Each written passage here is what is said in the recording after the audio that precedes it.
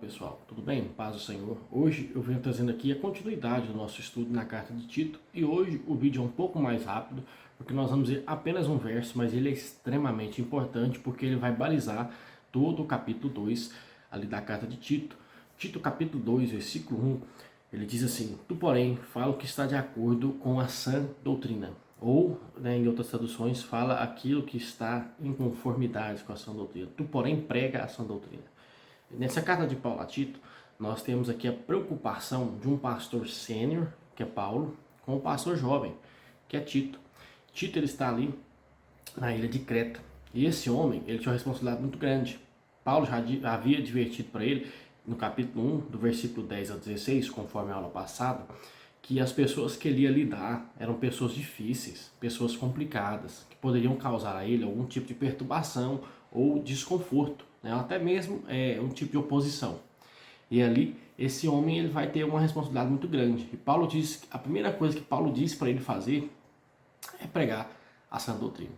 Agora, o que é sã doutrina? Por que nós devemos pregar a sã doutrina? Sã doutrina, em primeiro lugar, é tudo aquilo que é a Escritura Sagrada, né? Pegar minha Bíbliazinha aqui, ela tá meio velhinha, mas é tudo que essa Bíblia aqui ensina, tudo que essa palavra ensina para mim e para você, né? É essa palavra sagrada, essa palavra santa, essa palavra poderosa de vida, ela nos ensina tudo, né? Sã doutrina é o Antigo Testamento, sã doutrina é o Novo Testamento. Sã doutrina é criação, queda, consumação e redenção. Isso é sã doutrina.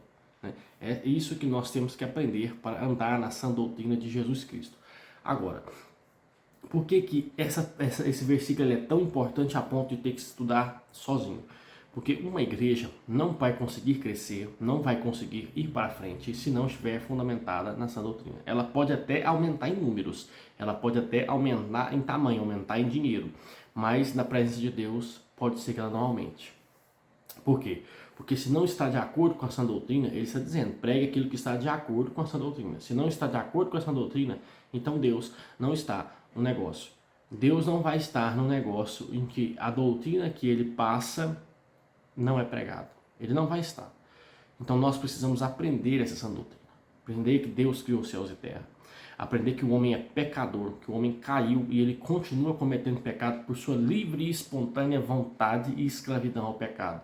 Conforme Efésios capítulo 2, versículo 1 a 3.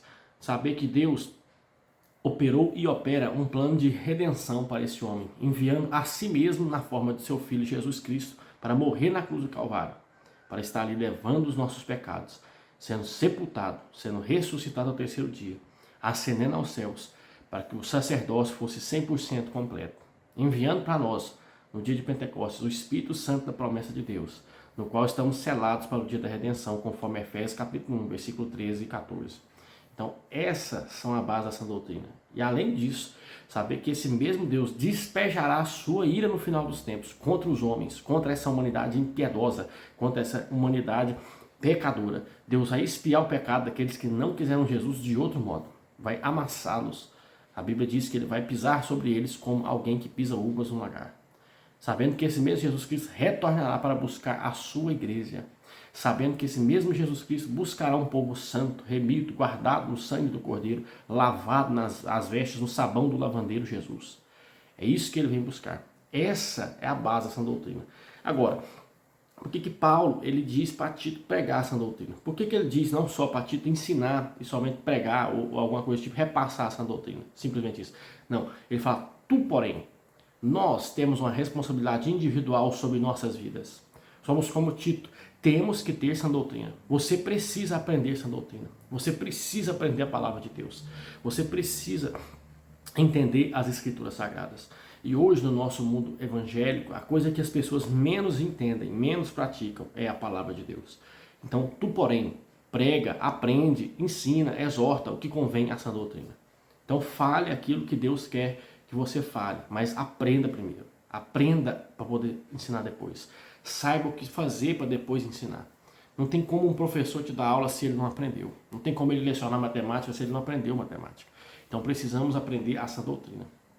Em segundo lugar, Paulo está preocupado com a sua liderança, porque Tito, era um homem que ia tomar ali conta da igreja em Creta. Então ele tinha que saber essa doutrina. Ele tinha que pregar essa doutrina. Por quê? Todos os crentes daquele lugar sairiam das costas dele. Todos os crentes daquele lugar seriam convertidos por meio do evangelho pregado por Tito. Então, se o evangelho são um evangelho que está limpo, que não está adulterado por conta de pecado, por conta de prosperidade, por conta de coaching, por conta de mentira, todos os crentes eram crentes de sã doutrina.